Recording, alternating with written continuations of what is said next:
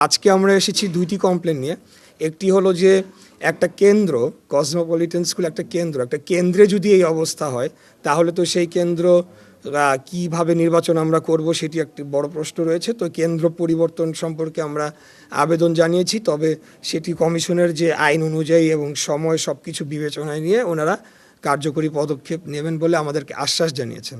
আরেকটি হলো সূত্রাপুর থানার যিনি ওসি সাহেব আছেন, তো ওনার ব্যাপারে আমাদের এটি একটা সম্মিলিত অভিযোগ এলাকাবাসী সহ আমাদের, কারণ ওনাকে জানানোর পরেও তিনি প্রবেশ করেননি এবং তিনি একটা উইন্ডো স্পেস করে দিয়েছেন, যেই সময়টির মধ্যে ধারণা করা হচ্ছে লাঠিসোঁটার বাইরেও আগ্নেয়াস্ত্র সেখান থেকে বহন করে বের করে নিয়ে যাওয়া হয়েছে।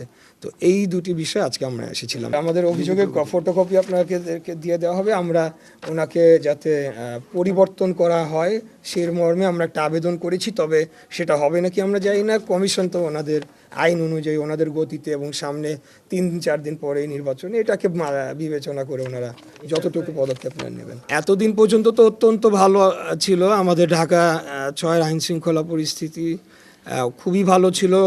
আমাদের যিনি প্রতিদ্বন্দ্বী প্রার্থীগণ তাদের সাথে আমার একটা যোগাযোগ ছিল, সবই ঠিক ছিল, কিন্তু হঠাৎ এই ঘটনা ঘটাতে এটা আসলে কোনোভাবেই কাম্য ছিল না। তবে বেশ আরও 3-4 দিন আগেই এই বিষয়টি আমার কানে আসে, কিন্তু তখন আমি ভেবেছি হয়তো বা এটা একটা অ্যালিগেশন দেওয়ার জন্য অনেক সময় হয় না, সেটা হবে। তো এটা নিয়ে আমি আর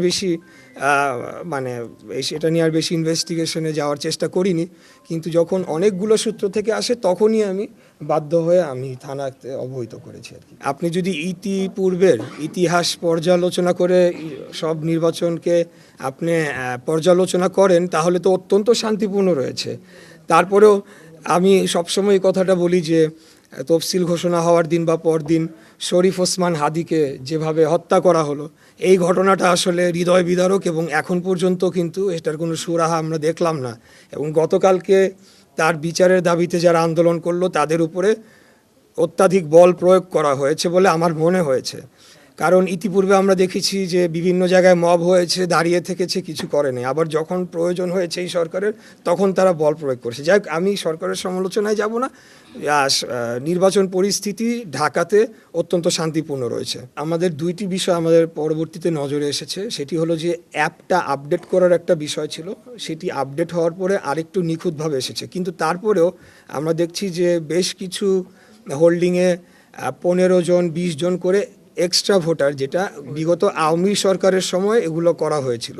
তো আমরা সেটার আরও বিস্তারিত টোটাল তথ্যটা কম্পাইল করার চেষ্টা করছি। এরা অবশ্যই ভুয়া ভোটার, বুঝতেই পারছেন, এবং সেটি আমাদের এটা তৈরি হলে আমরা ইসিতে জমা দেব। আমরা তো অবশ্যই কোনো ধরনের সংঘাত চাবো না, এবং আমরা অবশ্যই চাবো একটা শান্তিপূর্ণ উপায়ে ইলেকশনটা কন্ডাক্ট হোক, কারণ ইলেকশনের দিনেই তো সব শেষ হয়ে গেল না, ইলেকশনের পরও তো সরকার গঠন হবে।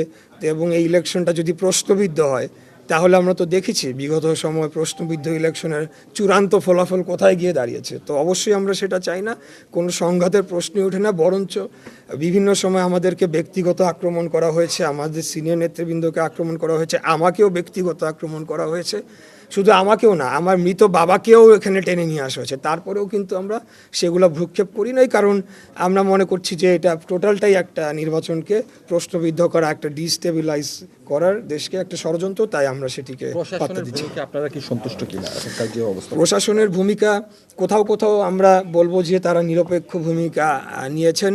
আবার যেমন পরশুদিনের যে ঘটনাটা, সূত্রাপুর থানার ঘটনাটি আপনাদের সামনে বললাম, সেখানে তো আবার কোনোভাবে নিরপেক্ষ তো বলাই যেতে পারে না, বরঞ্চ বলা যেতে হবে এক প্রকার সহযোগিতাই, একটা ক্রিমিনাল অ্যাক্টে সহযোগিতাই করা হয়েছে ঊর্ধ্বতন একজন থানা কর্মকর্তার কাছ থেকে, এটি আমি বলতে চাই।